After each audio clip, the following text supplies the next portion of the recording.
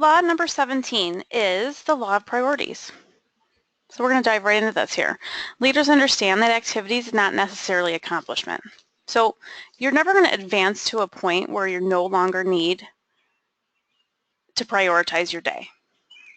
So think ahead to see the importance of what you're doing daily and make sure that it's moving you towards the big picture, towards your goals and your vision for your community. So property management can be the lowest paid, hardest work of all real estate positions out there. Okay, that's a fact. But it also is the most rewarding. Why? Because we develop other leaders and see greater advancements than any other real estate agents. And that's something really special. So let's think about this for a second. We don't want to spend major time on minor things. Your major time is spent in the presence of people. Okay? Everything else is minor time.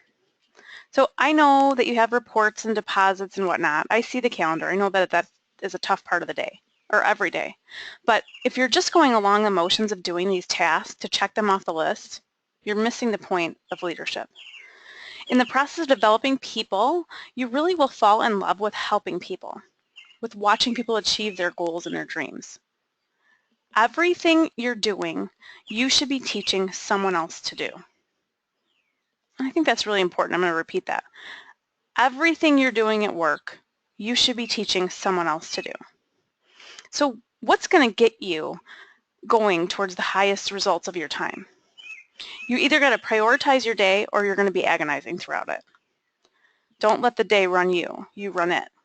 If you ever want to get to the next level, there's a lot of commitment involved there. So prioritize, make the right choices, listen to your people, master the mundane. Okay, so let's talk about these 3 R's. What's required? What do I have to do that no one else can do for me? If you're doing something that's unnecessary, you should just eliminate it. Now, if you're doing something someone else can do just as well or learn to do just as well, it's time to delegate that. If someone can do something 80% as well as you can, delegate it. This is something I think that a lot of us are missing, and that's really an obstacle in the day for us because we're just trying to do too much. So what gives you the greatest return? Spend most of your time working on areas most of your time working on areas of your strength, but out of your comfort zone. So stay in your strength zone, but out of your comfort zone. Super important. Obviously, I'm all about being uncomfortable, right? Because when you're comfortable, you're not learning. And if you're not learning, then you're not growing. And that is not where we want to take this, okay? So what brings you the greatest reward? Now, life's just too short not to do what you love.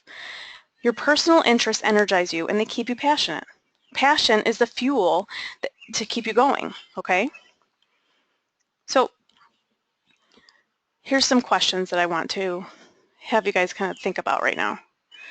Review the projects that are currently on your schedule. Which are the top 20% in importance? Think about that just for a minute.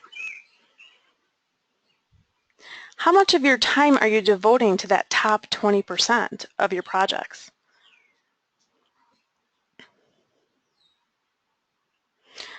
To what degree do you focus on what your boss is requiring you to do?